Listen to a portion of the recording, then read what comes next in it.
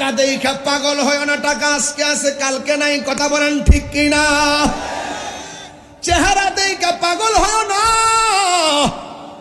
এই রূপের বাহার বেশি দিন থাকে না।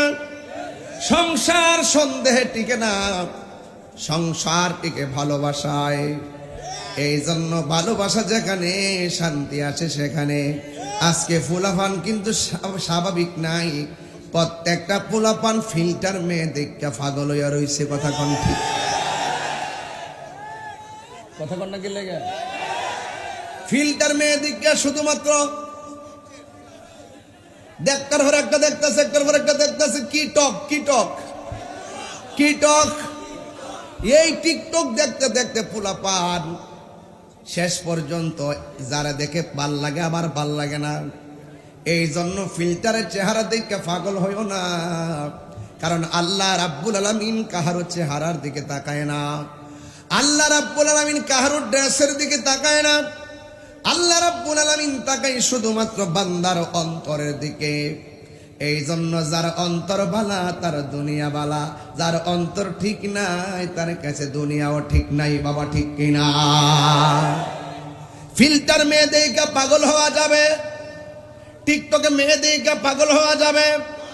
ও বন্ধু, রাবিয়া বস্তির চেহারাটা ভালো ছিল না, ফেস কাটিংও ভালো ছিল না, চেহারার কাটিং ভালো না, আবার চেহারার রংটাও কালো, টাকা পয়সা একদম নাই, কিন্তু স্বামীর ঘরে ইবাদত করতেছে। পাশের বাড়ির মেয়েটা ভালো হলে সমাজের মানুষ তারে ভালো বলে, কথা বলেন ঠিক কিনা?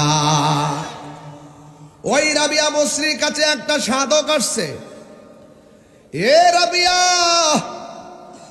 আপনি তো অনেক আল্লাহর প্রেমিকা, আমি আপনার কাছে এসেছি, আমি আপনাকে বিয়ে করতে চাই। আপনারা জবান খুলে কোন যেই সাধকটা বিয়ের প্রস্তাব দিতে এসেছে, এটা কি রূপের পাগল না গুণের পাগল? কথা কয় না, কথা কয় না। কিসের পাগল? গুণের পাগল। তার গুণটা কি? ভালো করে সাজতে পারতো নাকি? তার এক নম্বর গুণ হলো ইমানদারের যে তিনটা গুণ আছে, একটা গুণ হলো ইমানদারে খাবে কম, দুই নম্বর গুণ হলো ইমানদারে কথা বলবে কম, তিন নম্বর ইমানদারে গুণ হলো ইমানদারে খাইবে কম। তার ইমানদারে খাবে কম, ঘুমাবে কম, কথা বলবে কম।